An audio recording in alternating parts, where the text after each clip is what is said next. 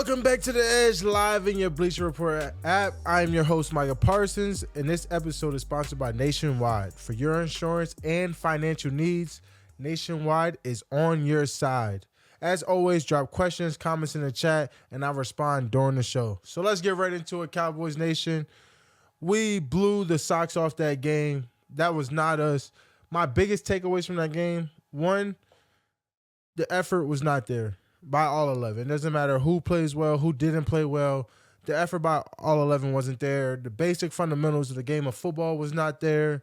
And, you know, at the end of the day, you have a standard of who you are during training camp and throughout this process to get you ready for the season.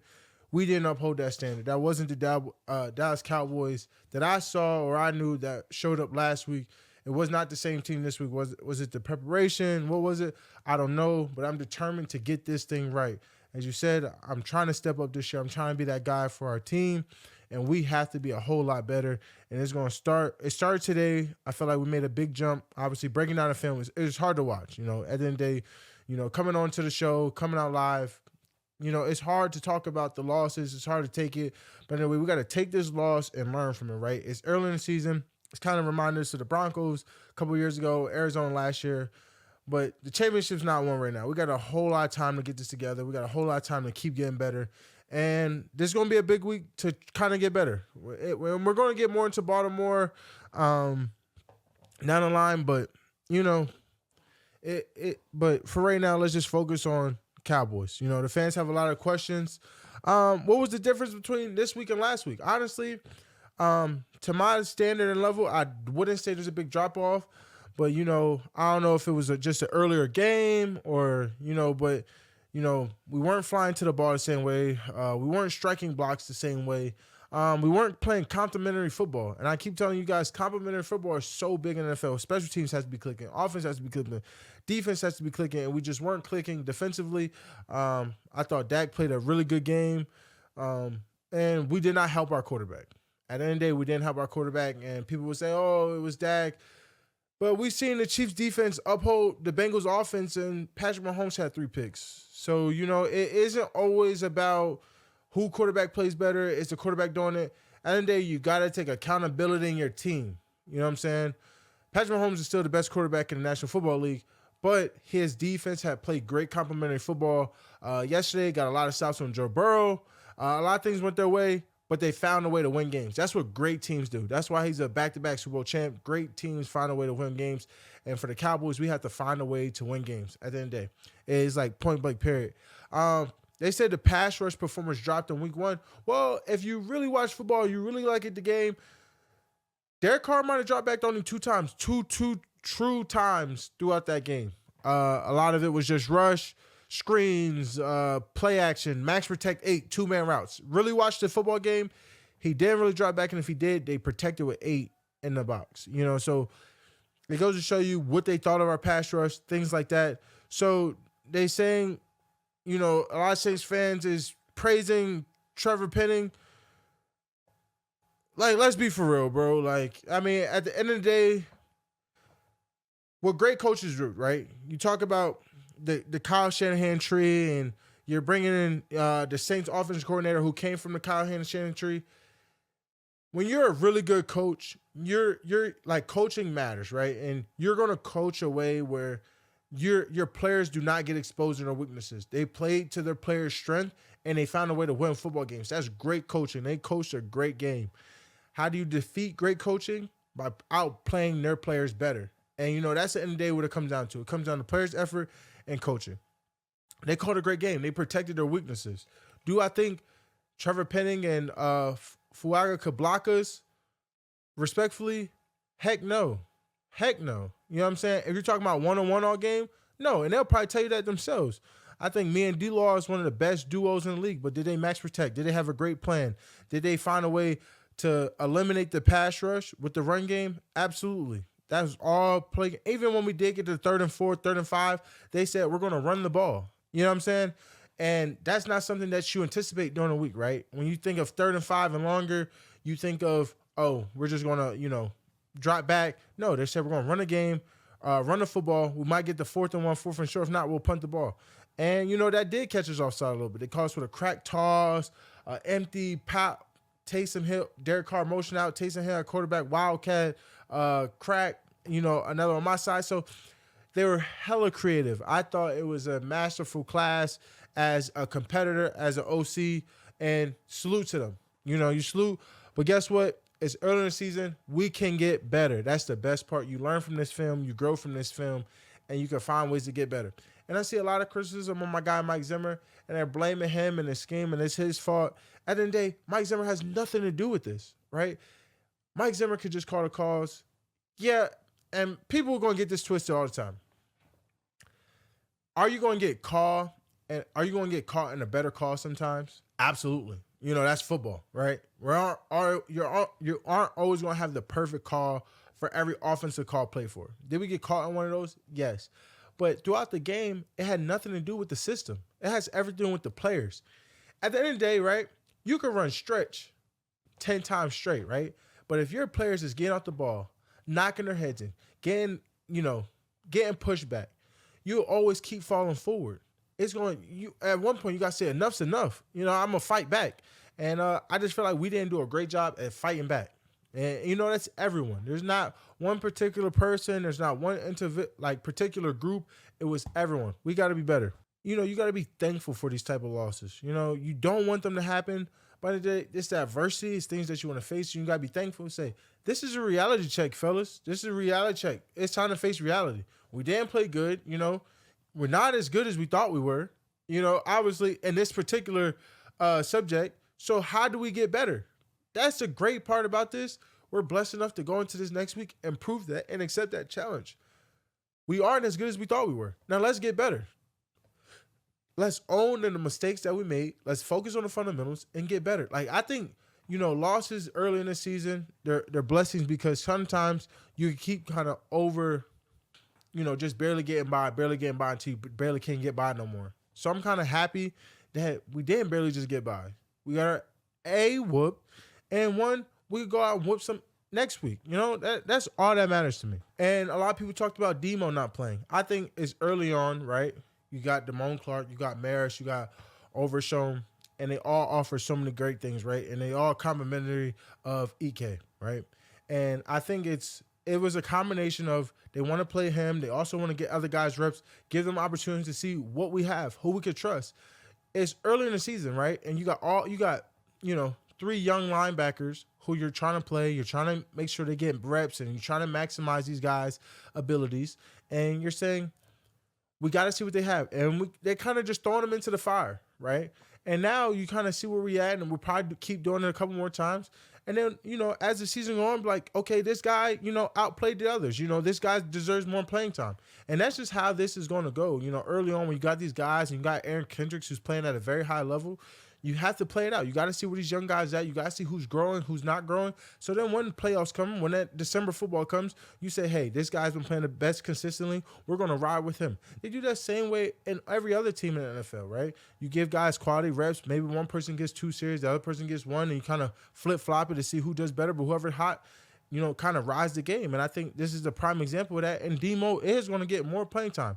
I have no question in my mind after seeing what happened in this game that he should not get more playing time. He should be one of the better players on his defense, and he should be playing more. They said, were the Saints overlooked, because they played the Panthers? I don't know where the Saints will ever be overlooked. We know they're super talented, right? They got Alvin Kamara. Derek Carr has always been a great team. I'm a great quarterback in the NFL, a starting quarterback at that. Always been a top 15 caliber quarterback. And he's playing his butt off right now. His team's playing their butt off. And I don't think I could think back to where the Saints ever had a bad defense. We always knew they were always sound, especially with Cam Jordan. They got Chase Young in free agency, DeMario, they got Matthew. Marshawn, they always been surrounded great and have done great job defensively. Always been sound on defense. I can't think back when they had a bad defense. So could a team like this ever be overlooked? No. Have they had QB troubles because of injuries and Drew Brees retiring in that period of time? Yes, but they always been in games. They still upset Brady a couple times back in the year where Brady won the Super Bowl and they was going to playoffs. So we can't forget about that hindsight where they did struggle with QB because of the Drew Brees retirement. Now Derek Carr's here. He had a year of where he was transitioning. But now, as you can see, I just saw the stat, and it's cousin me too, so I'm taking full accountability. He had 15 TDs off of 15 drives. I mean, that's incredible statistic. I mean, it's absurd. You know what I'm saying? Like, he's just playing at an all-time high right now. Alvin Kamara is playing at an all-time high. It's him. There are a team to look at. Whether we looked at them prior to, in the preseason, based off what they did last year, maybe so, but now they're looking at the team that's most likely going to win this division. Is it going to be a tough one with the Bucs? Of course, but this team is looking very good. They're looking very serious. If they go all continually stay healthy, this is obviously going to be a playoff team. What are the positives that came out this game, right? The only positive I think so far is that we showed something on film that we could get fixed, right? We're blessed to see another day, and that we're going to get better. Those are the only positives I think that could come out this tape, out the tape, what we saw in that room. And that's the only thing that I'm focused on. How can I get my team better? You have a great challenge this week. That's the thing with the NFL, right? You get 17 amazing opportunities to showcase your talents. Last week, we did not do a great job of showcasing our talents. We have to get better, So let's just call it that, Moving on. Bryce Young, I said, let's not overthink the Bryce Young situation.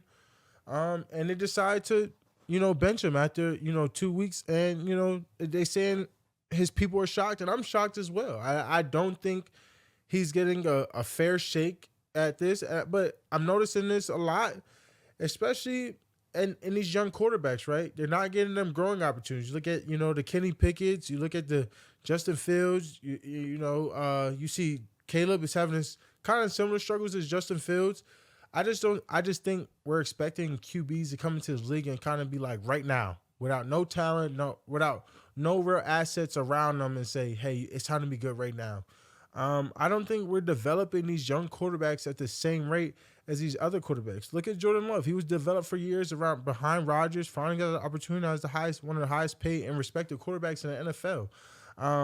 Trevor Lawrence is still developing, I just think, Trevor had some rocky starts, I benefit of doubt he had a better unit than Bryce Young has had coming into this league, but, I just don't like how he's not getting that benefit of doubt. I mean, hopefully this just makes Bryce more hungry, and, hopefully he gets another opportunity to get out in this field and showcase what he can do and take this, benching as a lesson and say, hey, I'm going to learn and grow from it. Still stay positive, because it's hard, bro. When you're a competitor and you're trying to be the best, and you want all these great things for yourself, and then you get benched. You're like, man, all this hard work I'm doing is, just getting thrown away. They don't believe in me. They don't trust in me. And, I hate that, because now it kind of knocks your confidence of your abilities of what you're capable of. Man, I just hope he stays positive, keeps believing in himself, and, keeps standing, paving that lane, because, it's a rough patch when, the people around you don't even believe in you.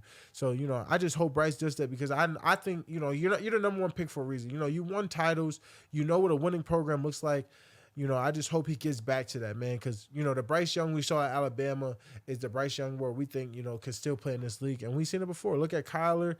He struggled a little bit. He may not be as fast as Kyler, but you talk about size, tangible arm talent, I think both of them are, like, right there. You kind of hate to see that type of stuff when you see young guys just get passed on for those older veteran guys. But, it's always that next man up mentality. That's the reality of this league. There's no friends. There's no family. There's no remorse in this business, The organization is always going to do what's best for that organization. That's why you always kind of do what's best for you, But let's move on. It was a day for underdogs on Sunday with 6 underdog wins outright. The Raiders over Baltimore. The Bucs over the Lions. Packers over Colts.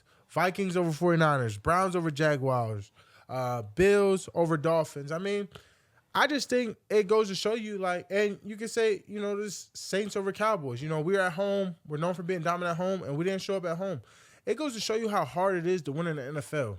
As fans, I don't think y'all understand what all goes into game day, the week, how much time, preparation, things that go into this game.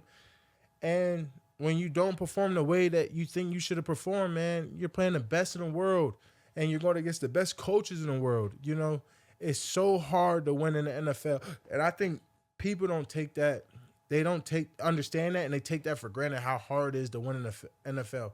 Those wins are blessings, man. They're hard to come by. When you can win and you can sustain winning, it's such a great momentum driver. It's such a blessing, but it's so hard to win. So I don't even really say it's upsets or underdogs. It's just the best of the best. Like, I think in football, we're gladiators. Like, we're gladiators. Like, every day you got to perform. You got to fight for your life. Like, every day I go to work, I have to fight to feed my family. I have to fight to provide for my family. And that goes for everyone who's in the NFL. Like, you can't take this for granted.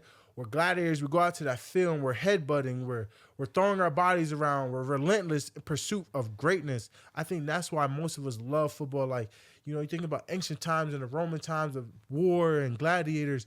Why we watch that? Because we empathize on it. We have empathy. We're like, man, that's what we feel like. That's that energy, that drive, that hunger that we all look for. Like, you get so excited about that, man. We're gladiators. So is it ever really an upset? No, somebody just wanted it more. We didn't want it enough. And that's the part that drives you in football, because you want it more than someone else. You want to take the heart from someone. You want to break them down mentally. That's the part that we love about football, man. So I would never say there's underdogs. I just think it's the best of the best, man. And we're in a gladiator sport. And, going to one of the underdogs, Brock Purdy said to Brian Flores at the game, your scheme is crazy. And what does that say about the Vikings defense? It goes to show you, any offense can be stopped with the right, pieces, the right scheme, the right coaching. Coaching really matters. I think Flores has always done a great job. I think he's always one of those coaches that kind of got overlooked in the system, especially in the Miami situation, but he's always been a great coach. He's always been a great person. I remember coming out my rookie year and just having my meeting with him. I thought about how great of a dude he was, how good of a coach, the things he's dialing, man.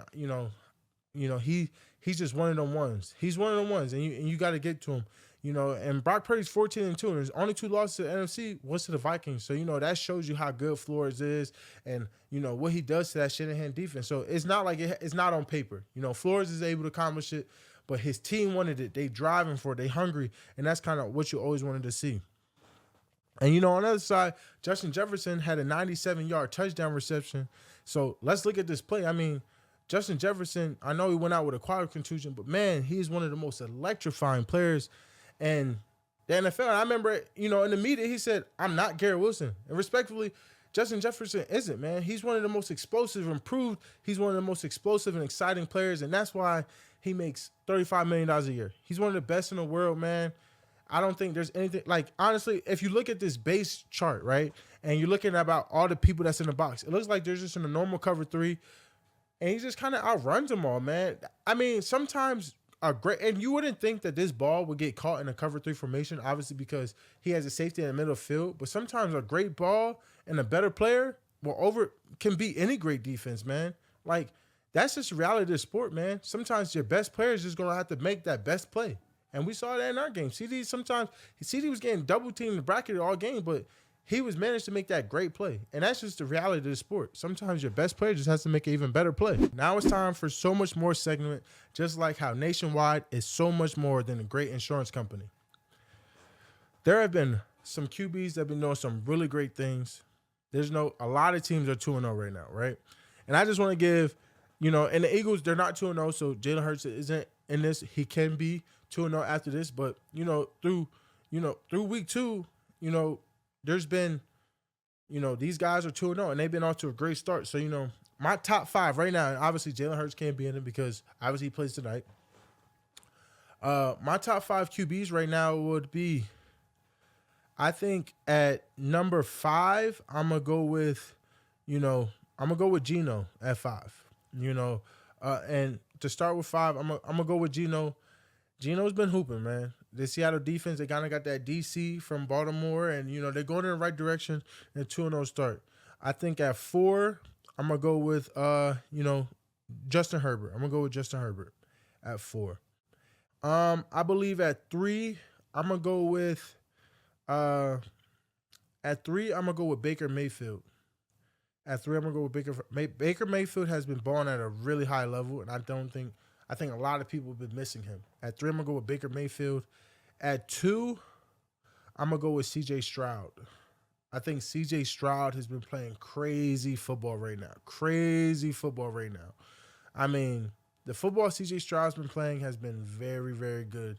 And, at number 1, the truth told, it has to go with Derek Carr. 15 drives and 15 scores. I mean, that's unbelievable work.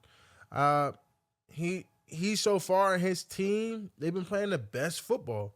I mean, that is you can't. I feel like this is a great list, and mind you, Patrick Mahomes is undefeated, Josh Allen's undefeated, but these is kind of QBs where you wouldn't say, you know, obviously they're not, and I'm trust as I said, Patrick Mahomes, Josh Allen are some of the greatest quarterbacks in football, ever too. But these quarterbacks, they're moving the pace. They're setting the tone early, and they keep going. And it leads into quarterbacks, and that kind of brings up the Tua situation. And I think in the Tua situation, you just kind of got to pray, right? First, you have to pray for Tua's healthy, right? His health, right? And that's all that matters, right? And you got people who's talking about futures and his future, and obviously with his fifth concussion, and he says he doesn't retire. And in heart, I want to say I do not blame him. One, because as I stated, right, we're gladiators, right, and to use this term is like there's nothing in life that will fill that void of football, especially how young he is. He just got his second deal. And I mean, he could walk away and be retired for life, but as a gladiator, as a football player, like there's nothing in your life that will kind of fill that void of that excitement, that preparation, that process, the work, the relationships of friends and coaches. That every day you build this brotherhood, and this is all you ever known. So for it to be stripped away from you and have other people, throw that out there, it's hard to walk away. I mean, that's why I think some guys play through. I mean, the same thing with, I would say, D Rose, right? Multiple ACL tears, Achilles tears, but you kind of fight through that. You fight through that pain, that suffering, because you love what you do. So for me, I would never say someone has to do something, to walk away, because it's at the end of the day, it's always hard to walk away. But what I pray for, and I pray for everybody, is you walk away from this game healthy, right? You walk away this game. There's something more. Besides this game, there's something more to life, and you kind of got to balance that, right? So you got to leave and pray that he makes that decision for himself, because I see both sides, and you got to have empathy for both sides. I see why you don't want to walk away, and if you do walk away, we missed out on some of the greatest football legends of all time because of this. You think of Luke Kuechly. Imagine what Luke Kuechly could have done if it wasn't for concussions. So you see why these greats walk away early, and it hurts the game because they're so exciting. They're so great to watch. And you look at Andrew Luck, another great quarterback, but with concussions and injuries, man, you never really know what these guys could have accomplished if they would have stayed healthy or they didn't do this. So, man, you just kind of got to pray for him, man. So I'm praying for Tua. I pray that he finds the right answer. I pray he finds peace. I pray that, he gets everything that he's looking for and more, because at the end of the day, this right here, this football bubble, we're a brotherhood, and that's all that matters. So, I'm going to just keep praying for him. So everyone just give a prayer for Tua. AFC North, there's only one undefeated team left in the AFC North, and that is the Pittsburgh Steelers. I would say this, right? Has Justin Fields been playing lights out, and could he play better? Absolutely. But this is why great coaching matters. It's because Tomlin's put him in a position. The offensive coordinator is putting him in positions. I hate when people act like, and I would say this is almost the same thing as the Bryce Young situation. I think a lot of quarterbacks are capable of winning, but can they be in the right team? Can they be in the right structure to win games? And I'm so happy that Justin Fields is getting this opportunity, that he's getting to clear his name, because, people kind of just threw him in the dirt, man. Threw him in the dirt. So, man, I hope he keeps winning.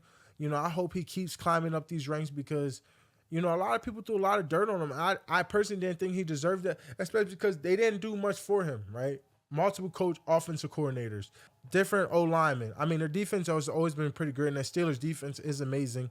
But great coaches around him, man. Someone to build that young man. And I kind of wish for the same thing for Bryce Young, playing here soon. But, it's kind of is a shocker of how that division is going right now, because that is considered one of the best division in football. And where do I rank the Steelers defense after 2 weeks? I mean, obviously the Steelers has always had a top 5 defense, but they have to be a top 3, top 2 defense right now. You argue 49ers defense. You could argue Steelers defense. I mean, I mean, those two defenses right there have been hand in hand. One of the best defense, and obviously that Vikings defense for shutting down Shanahan last week. It's a tough ask, but they did it. So it goes to show, and considering what they given up this offseason, they still don't have the Danielle Hunter, and they're still, doing very well. So it goes to show you what great coaching can do. The Bengals start 0-2 after an emotional charged game with the Chiefs, and that game was pretty crazy. I don't know if anyone got to watch it. A lot of calls went both ways. It was very shaky, and I'm going to be honest, man. But, the Chiefs got a lot more. Sometimes it's just how the calls go and how the refs favor. I felt like the refs did favor the Chiefs a little bit more. But at the end of the day, you got to go out there. You can't put the games in refs' hands, and, the Bengals lost to the defending champs, right? The Chiefs always find a way to win games. They came back at half and in the Super Bowl to win games. So it's not much like where I'm like, oh, the Bengals are out of reach. They're still continuing to get better. They did a lot of great things in that game. I'm not overthinking that. The Bengals are still one of the best teams in the NFL, without a doubt. They're a great team. They're still going to make playoffs, and they're still going to go. I think they had the same start last year, and then they went on a nasty win streak. So the Bengals are continuing to be a great team, and it's going to be great to keep watching them develop, just to say I told you so. And I think it's still, the AFC North is still as strong as it's been in past years. The Browns won, they won, so they're back in the win column. Obviously, we play Baltimore this week, so that's going to be a great game. So it's going to be very interesting, and we play Baltimore this week, so it's going to be a key matchup. This is my first time playing Lamar, so it's going to be very exciting. I think he's one of the most electrifying people out there. It's going to be super exciting. I mean, they came off a tough loss against the Raiders, and I see my man Max Crosby dominating and doing what he does in dominant fashion. So it's going to be very exciting. It's going to be a very exciting game for me. The Ravens are very good. I think they still have, and I forgot the Ravens defense. I still believe they have one of the best defenses in football. I mean, I was talking about Kyle Hamilton. They got Roquan Smith. My guy, Dafe Owe, just had 2.5 sacks last week. I mean, they have the rushers. They have the guys. I mean, they paid Justin this offseason. Marlon, they got him. They got the young guy, Wiggins. They got so much on that defense, man. They're so exciting to watch, man. It's going to be fun watching that defense go against our offense, man. It's going to be a great game. How do you prepare against a matchup with Lamar? It's hard, man, because guess what? He's so dynamic. He can make any throw. He's so fast. I mean, he's been one of the best quarterbacks we've seen in our time, from Heisman to Madden covers to MVPs, 2-time MVP. I mean, that's not an easy feat, man. This guy has been great for so long. I'm super excited to match up against him, to see what I see on TV in person. But obviously, we're going to compete. It's going to be very fun, man. And Mike said I might spy Lamar, but I don't know. That's a tough feat for anyone to spy Lamar, man. So fast, so shifty. And if that's my job, I just got to step up and step up and do my job so we can win the game. Because at the end of the day, that's all that matters. And, if it's needed to be done, it has to be done. So let's take some final questions from the chat. A lot of talk about Trevor Lawrence. Will he able to get back to the playoffs? I believe Trevor can. But at the same time, it's just all about when your team clicks, when it can click, right? It's growth and development, right? Your team, defense, special teams, offense, consistently has to be growing. And it's just something like that. I think he has the talent. He has the arm talent. Are they putting it all together? I don't know, because I'm not in their facility. I'm not in their locker room. But from the Trevor Lawrence I've seen, the Trevor Lawrence that I competed against, I think, heck yeah, he can go to the playoffs. Thoughts on Kendrick performing in the Super Bowl at halftime? Being a little Wayne fan, growing up with Young Money, man, I really thought it should have been Lil Wayne and company. But, at the end of the day, it's out of my reach. And if Kendrick performs, it won't matter because, God willing, I'm in the locker room. So I won't be watching the performance anyway. So Super Bowl performances don't really faze me. So just like that. Where do you think Marvin Harrison Jr. ranks among wide receivers? Man, he looked special in his opening day. I know it wasn't his actual opening day, but when he actually got the targets, he looked very special. Man, I think if he can sustain what he did last week, I think Marvin can easily be um, a top 7, bro. It's so many good wide receivers in this league, bro. It's so many. Like it'd be hard to put him in that box, especially, man. It'll be very tough. I got to see how the year plays out before I can put him up there with them guys like Tyreek, CD, Jefferson, and things like that. I know he's covered both of your games, but thoughts on Tom Brady as a broadcaster? I would have to go back and rewatch the broadcast versions of it. I see a couple clips here and there. I see on feeds some mixed reviews. Some people think he's doing very well. Obviously, other people have other opinions, but I don't really truly have my own opinion yet. Do you feel the same way about Caleb Williams and the Bears as you do with Bryce Young? Yes, because when you're coming to this league, you lack a little bit of confidence, even though you say you're confident, things like that. It's hard to truly stay confident, right? Because you don't know what's going on. You haven't really faced this level of competition. People don't realize the drop off from NFL and college, right? When you get to them pros, man, it's the best of every week. Like, you're not going against no scrubs. So, like, it's so tough, man. And, whether there's not really ducks in the NFL either, right? You're kind of looking for that duck, that fish, that person you can attack. Yeah, everyone's duck is probably the best person in college. Put that in like perspectively. Like, this person you're saying is a duck will go to any college university and start all them years and probably be an All-American. Any thoughts on the lack of hip drop calls after new rule? Yeah, I thought that Joe Mixon hip drop tackle should have been called. I still think refs is getting used to it. I know they said they're going to emphasize it a little bit, and things like that. But I know they're going to catch a fine, but I still think it's something they're getting used to. Their eyes are still getting used to. It's new, so let that keep breaking in. Where do I rank Nico Collins? Nico's a guy that still. It's hard to put him in that top 10, but I think he's a top 15 caliber any day. I think he's that reliable, great, quarterback's best friend. I kind of put him with a consistent version of, a Chris Godwin. I think Chris Godwin has always kind of been that top 15, top 20 wide receiver, and he's consistently making the catches, consistently being great at his job, and always will be. So I kind of put him in that category of receiver, that very good tier of receiver, but up in that elite tier with those Tyreek, CeeDee Lamb, Jamar Chases, Jeffersons, Devontae Adams. It's hard to put guys in that realm.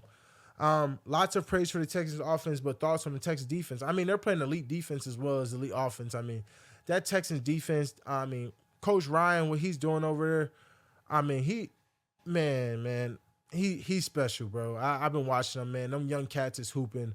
Hunter, Will, those guys is really hooping. They got Stingley. Those guys is hooping, man.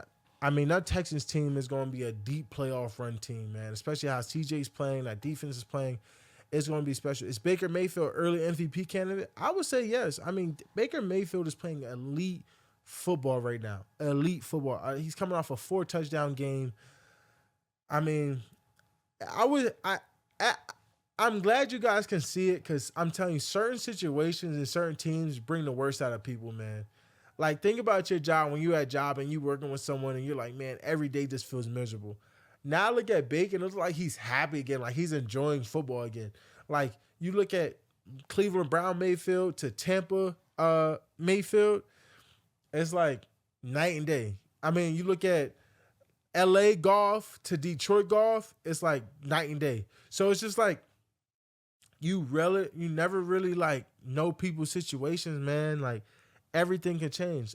Justin Fields looks so much better than when he was with the Bears. So it's just night and day with coaching, belief, confidence, things like that, man. It really changes the player's trajectory in the NFL.